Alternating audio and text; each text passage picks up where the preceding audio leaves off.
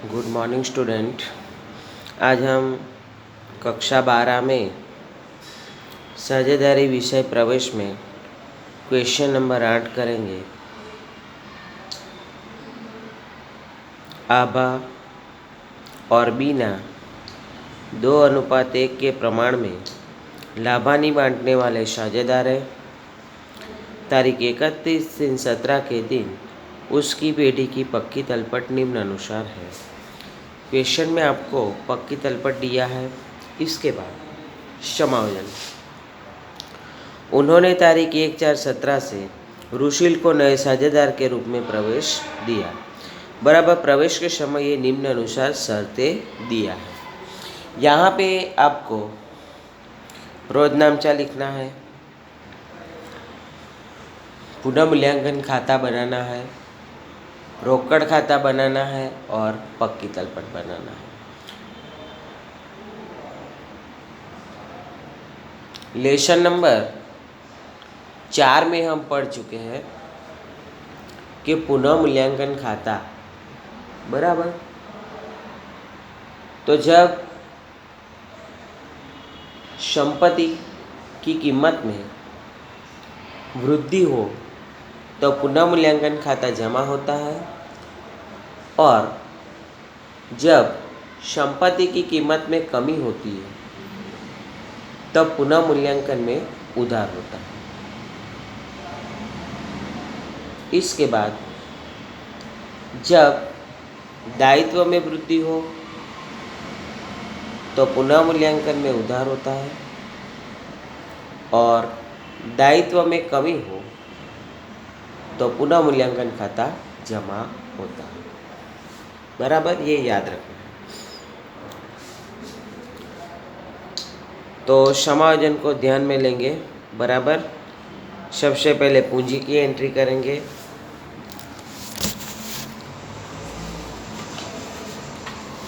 चलो, तो क्वेश्चन में आपको पूंजी दिया है आभा और बीना की। तो पूंजी खाते की जमा बाजू शेष आगे लाए। आभा का 80,000 और बीना का 60,000। ओके। इसके बाद समायोजन देखेंगे। समायोजन में नंबर 1, रुशील रुपया 1,00,000 पूंजी के रूप में और 24,000 रुपया ख्याति पेटे रोकड़ में लाया है। बराबर। तो रोकड़ खाता की उधार बाजू सबसे पहले हम लिखेंगे शेष आगे लाए। वो आपको पक्की तलपट में दिया है 2,000, तो शेष आगे लाए लिखा 2,000। चलो, इसके बाद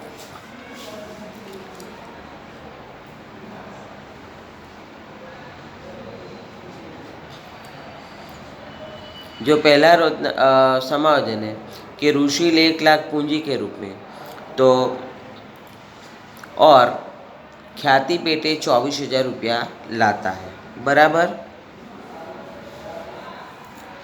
तो रोज नामचा होता है रोकड़ खाते उधार 1,24,000, रुशील के पूंजी खाते 1,00,000 और ख्याति का प्रीमियम खाते 24,000। तो एंट्री उसकी खतौनी। रोकड़ खाते की उधार बाजू रुशील के पूंजी खाते 1,00,000।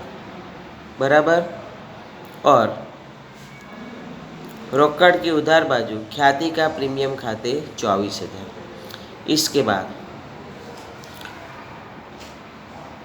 पूंजी खाते की जमा बाजू रोकड़ खाते 1,00,000।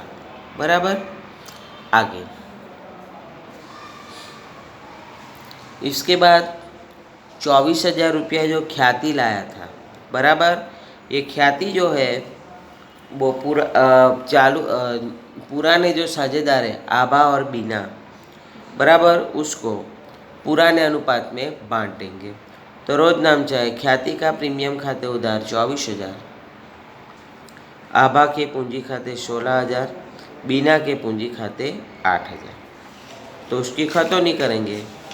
पूंजी खाता की जमा बाजू ख्याति का प्रीमियम खाते आभा के खाने में 16,000, बीना के खाने में 8,000।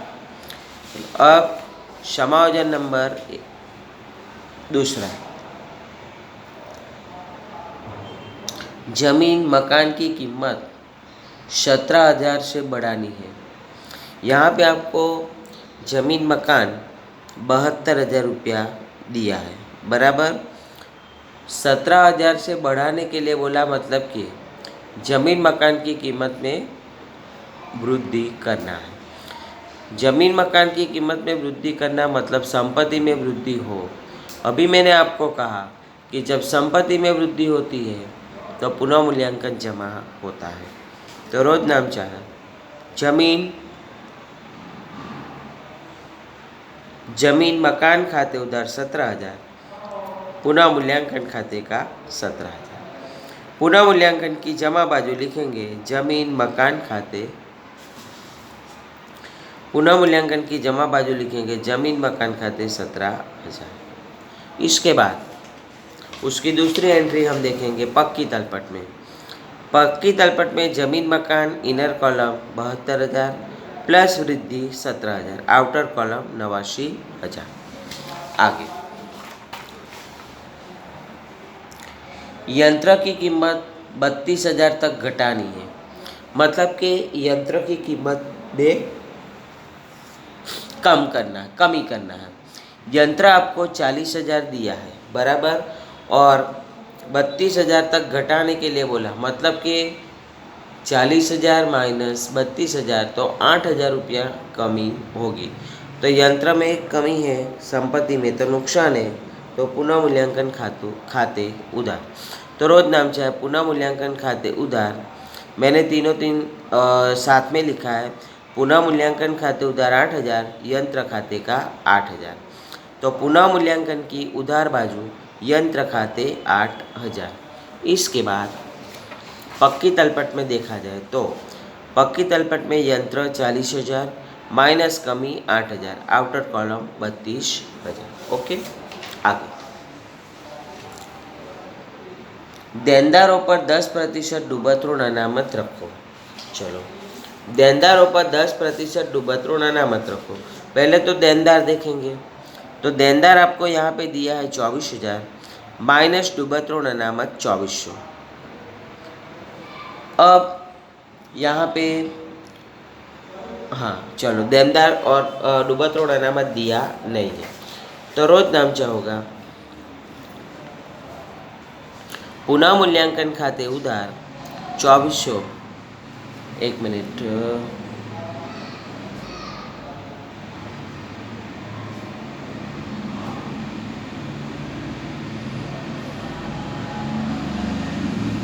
चलो, डूबत ऋण अनामत आपको यहाँ पे 2,000 दिया है और 24,000 का 10% गिनने पर आता है 2400।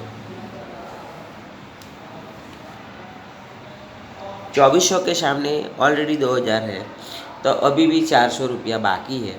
तो रोज नामचा होगा पुनः मूल्यांकन खाते उधार 400, डूबत ऋण अनामत खाते का 400।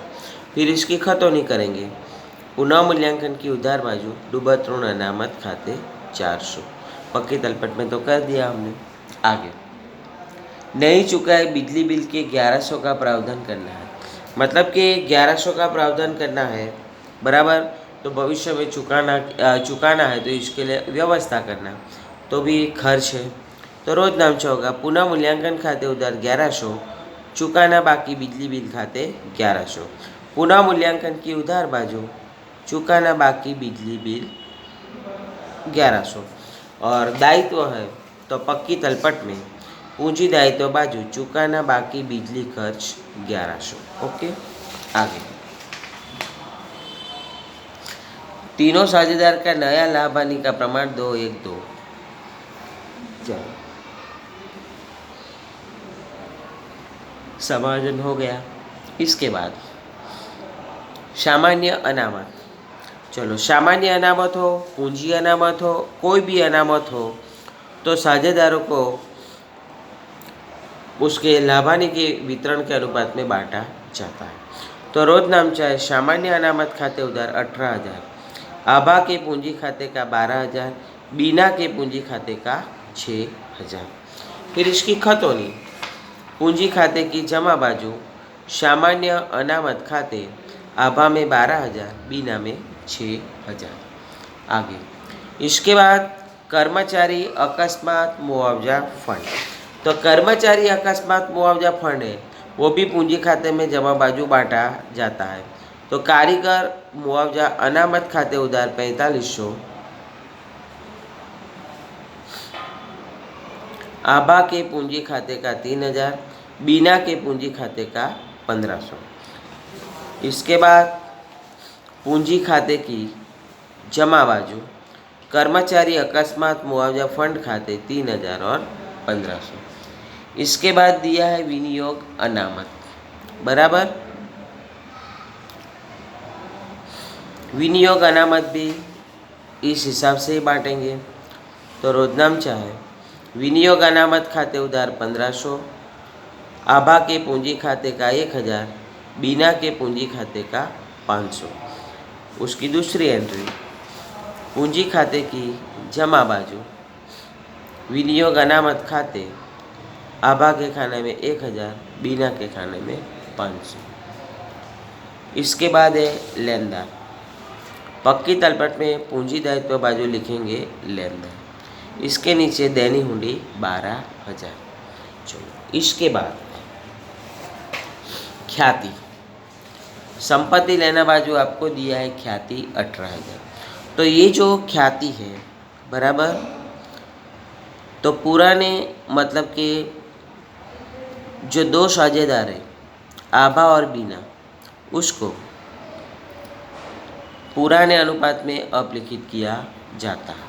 तो रोजनामचा है, आभा के पूंजी खाते उधार 12,000, बीना के पूंजी खाते उधार 6,000, ख्याति खाते का 18,000। तो पूंजी खाते की उधार बाजू लिखा जाएगा ख्याति खाते, आभा का 12,000, बीना का 6,000।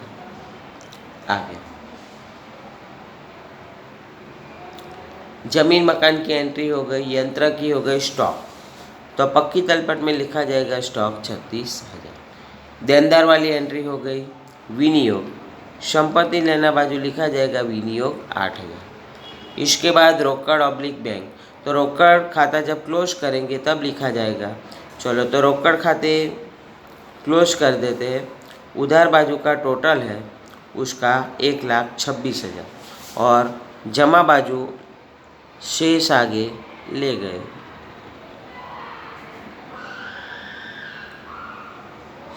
$1,26,000 और संपत्ति लेना बाजू लिखेंगे रोकड़ 1,26,000। इसके बाद है विज्ञापन अभियान खर्च।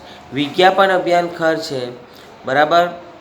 तो उसका रोजनामचा है, आभा के पूंजी खाते उधार 4,000, बीना के पूंजी खाते उधार 2,000, विज्ञापन अभियान खर्च खाते 6,000। तो पूंजी दायित्व बाजू लिखेंगे विज्ञापन अभियान खर्च खाते 4,000 और 2,000। चलो इसके बाद पुनः मूल्यांकन का जमा बाजू का टोटल करेंगे। जमा बाजू का टोटल आता है पुनः मूल्यांकन का 17,000। 17,000 को उधार बाजू लेके जाएंगे। उधार बाजू घटाने के बाद आता है 7,500। 7,500 को पुराना अनुपात 2:1 में उसको बांटेंगे तो 5,000 और 2,500, बराबर। उसका रोजनामचा है, पुनः मूल्यांकन खाते उधार 7,500, आभा के पूंजी खाते का 5,000, बीना के पूंजी खाते का 2,500। इसके बाद पूंजी खाते में जमा बाजू लिखेंगे पुनः मूल्यांकन खाते, ये जो लाभ है वो 5,000 और 2,500, बराबर। अब तीन साझेदार का पूंजी खाते का टोटल करेंगे। तो सबसे पहले रुशील का करेंगे। रुशील का जमा बाजू का टोटल 1,00,000, उधार बाजू 1,00,000 ले जाएंगे, शेष आगे ले गए लिखेंगे 1,00,000। इसके बाद आभा का टोटल है उधार जमा बाजू का 1,17,000, उधार बाजू ले जाएंगे। उधार बाजू ले जाने के बाद घटाने के बाद आता है 1,01,000, वो लिखेंगे शेष आगे ले गए। इसके बाद बीना का टोटल 78,500, उधार बाजू ले जाएंगे लिखेंगे 70,500 घटाने के बाद। ये जो तीन जो शेष है वो पक्की तलपट में पूंजी दायित्व बाजू लिखेंगे पूंजी खाता आभा, बीना, रुशील, ये जो है वही लिखेंगे 1,01,000, 70,500 और 1,00,000। तो टोटल आता है 2,71,500। इसके बाद दोनों और का टोटल करेंगे 3,12,600, पूंजी दायित्व बाजू का भी और संपत्ति लेना का भी। ओके, तो ये क्वेश्चन देख लेना, कल हम आगे का क्वेश्चन देखेंगे।